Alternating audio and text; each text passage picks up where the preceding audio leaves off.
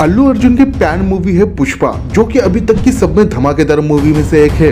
Movie के अंदर आपको कड़क स्वैग, धमाकेदार एक्शन और सीटी बजाने वाले डायलॉग्स मिल जाएंगे और इस चीज को नेक्स्ट लेवल पे लेके जाता है अल्लू अर्जुन की स्टाइल। मूवी के अंदर जो पुष्पा का कैरेक्टर होता है वो हाई इंटेलिजेंट सुप्रीम बिजनेसमैन होता है और इस चीज को बहुत ही ऑसमली मूवी के अंदर दिखाया गया है। ये भट्टे में टांग अड़ाने को नहीं आया, राज करने के लिए आया मैं। तो चलिए तो जानते हैं कि पुष्पा ऐसा क्यों कहता है कि इज्जत को खरीद नहीं सकते। उसी के साथ ये भी जानेंगे कि पुष्पा चोर होते हुए भी सीना चोरी कैसा करता है और क्या पुष्पा एक प्रैक्टिकल लवर है। क्यों इस मूवी की एंडिंग आज तक की सब में बेस्ट एंडिंग में से एक है। चलिए तो 250 करोड़ के स्पॉइलर के साथ वीडियो को स्टार्ट करते हैं। पुष्पा, पुष्पा राज, मैं झुकेगा नहीं। नंबर 1, इज्जत को खरीद नहीं सकते। इस चीज को मूवी के फर्स्ट 15 मिनट में ही दिखाया गया है, जहां पुष्पा अपनी मजदूरी करके लंच कर रहा होता है। तब उस साइड पर मिल का मालिक आता है। सारे मजदूर लोग उसे झुककर रिस्पेक्ट देने लगते हैं, पर पुष्पा अपने फुल स्वैग में बैठ के अपना लंच पूरा कर रहा होता है, फुल स्वैग में, बिना कोई मालिक को इज्जत दिए।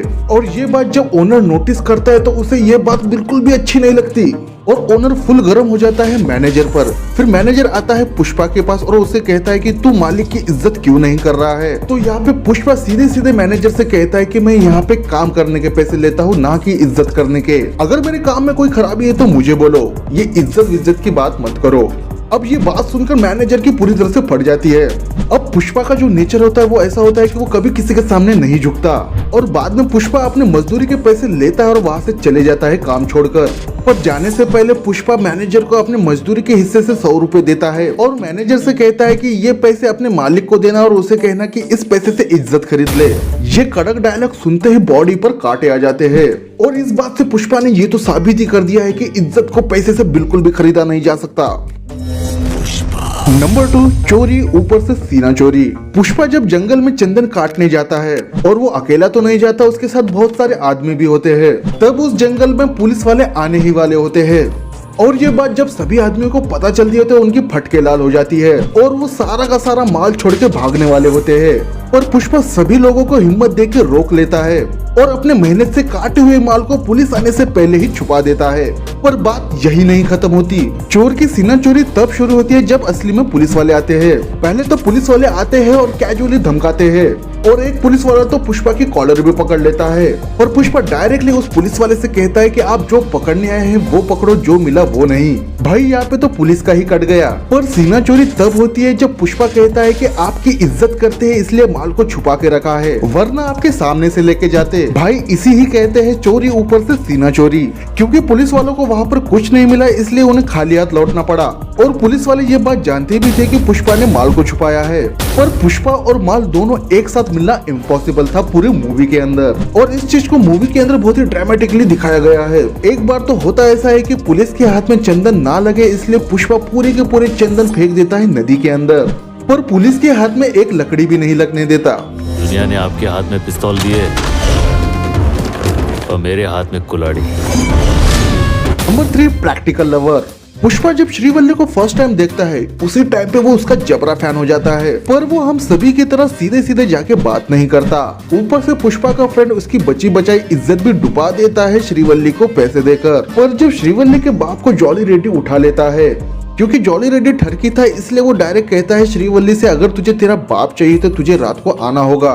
अब श्रीवल्ली के पास कोई ऑप्शन नहीं था इसलिए वो तैयार होती है और वो जॉली रेड्डी के पास जाने से पहले जाती है पुष्पा के पास और श्रीवल्ली पुष्पा से कहती है कि जॉली रेड्डी उसे मजा करने के लिए बुला रहा है। अब ये बात सुनकर किसी भी लवर की जलने लगती है और यहाँ पे पुष्पा कहता भी है बेझिझक कि तू जा सकती है, तेरे बाप ने कांड ही ऐसा किया है। पर जब श्रीवल्ली कहती है कि मैं तुझसे प्यार करती हूँ और तेरे जैसा आदमी मैंने अब तक नहीं देखा है। अब पुष्पा को ये बात सुनने में जितनी अच्छी लग रही थी पर वो उतना ही प्रैक्टिकल भी सोच रहा था। वो फिर कहता है श्रीवल्ली से कि तेरे इस बात से क्या मैं इमोशनल होकर तेरे बाप को छुड़ाऊं क्या। यहाँ पर हमें पता चलता है कि पुष्पा एक प्रैक्टिकल लवर है और पुष्पा को पिघलाना इतना आसान काम नहीं है। हाँ, ये अलग बात है कि बाद में श्रीवल्ली कहती है कि जॉली रेड्डी के पास जाने से पहले मैं अपने पति देव के साथ ही गेम करना चाहती हूँ। यानी श्रीवल्ली पुष्पा को ही अपने पति मानती है इसीलिए वो उसके पास आई थी। अगर ऐसी सिचुएशन में बाहुबली होता तो वो क्या करता? क्या वो इमोशन में आके बह जाता? अच्छा लगा ना मैं? अरे मेरे को मालूम था मेरे से प्यार करती है। Number 4, businessman Pushpa. माना कि कभी पुष्पा स्कूल नहीं गया, पर उसका जो मैथ्स है वो किसी एमबीए वाले से कम नहीं है। वो प्रॉफिट से ज्यादा पार्टनर बनने में यकीन रखता है। जब पुष्पा चंदन की स्मगलिंग करने के लिए कोंडा रेड्डी को फर्स्ट टाइम आइडिया देता है, उस टाइम पे कोंडा रेड्डी खुश हो जाता है और पुष्पा को 5 लाख का कमीशन देने की बात रखता है। पर पुष्पा कमीशन तो नहीं लेता, वो बिजनेस के अंदर 4% का हिस्सा मांगता है। हालांकि कमीशन के 4% में उसे सिर्फ 4 ही लाख मिलने वाले थे, यानी 1 लाख का सीधे सीधे उसे लॉस होने वाला था। और अगर पुष्पा 5 लाख का कमीशन लेता था कोंडा रेड्डी से, तो वो सिर्फ काम होता था। क्योंकि पुष्पा को बनना होता है बिजनेस पार्टनर, इसलिए वो 4% की मांग करता है। 4% लेके पुष्पा बिजनेस पार्टनर बन गया था कोंडा रेड्डी का, जिस वजह से उसका भी कंट्रोल रहने लगा बिजनेस पर। और ऐसे ही स्मार्ट बिजनेस करके मजदूर पुष्पा एक सिंडिकेट का किंग बन गया। अगर माल उनसे बचाकर पार करवाने का दम है तो बात कर। माल निकलवाने के लिए दम की क्या जरूरत है, खाली दिमाग चाहिए। नंबर 5, पुष्पा फ्लावर नहीं फायर है। और पुष्पा किस तरह का विस्फोट है ये भंवर सिंह शेखावत को बिल्कुल भी पता नहीं था। जब पुष्पा और भंवर सिंह का फर्स्ट टाइम फेस ऑफ होता है, तब भंवर सिंह पुष्पा की वीक पॉइंट को पकड़ लेता है। पुष्पा का वीक पॉइंट होता है उसका फैमिली बैकग्राउंड, और वो पुलिस वाले के ब्रांड की बात कर देता है। भंवर सिंह शेखावत अच्छी खासी पुष्पा की मार देता है। उस टाइम पे पुष्पा पहली बार और लास्ट टाइम झुकता है। पर जिस दिन पुष्पा की शादी रहती है, उस दिन पुष्पा अपनी शादी में ना रह के वो भंवर सिंह की जी हुजूरी करने चले जाता है। स्टार्टिंग में दोनों अच्छे से दोस्त के जैसे बातचीत करते हैं, दारू पीते हैं, पर थोड़े ही देर में पुष्पा भंवर सिंह को एक पुलिस वाले और गुंडे की एक ब्रांड वैल्यू दिखाता है, और दोनों के ब्रांड में क्या फर्क है ये उसे नंगा करके बताता है। और पुष्पा कहता भी है कि अगर मैं नंगा होकर बाहर भी जाऊंगा तो मेरी ब्रांड वैल्यू के ऊपर कोई फर्क नहीं पड़ेगा। और अगर लोगों को पता चलेगा कि पुष्पा ने भंवर सिंह शेखावत यानी पुलिस को नंगा करके भेजा है, तब उस पुलिस वाले की इज्जत 2 कौड़ी की भी नहीं रहेगी और कोई कुत्ता भी उसकी इज्जत नहीं करेगा।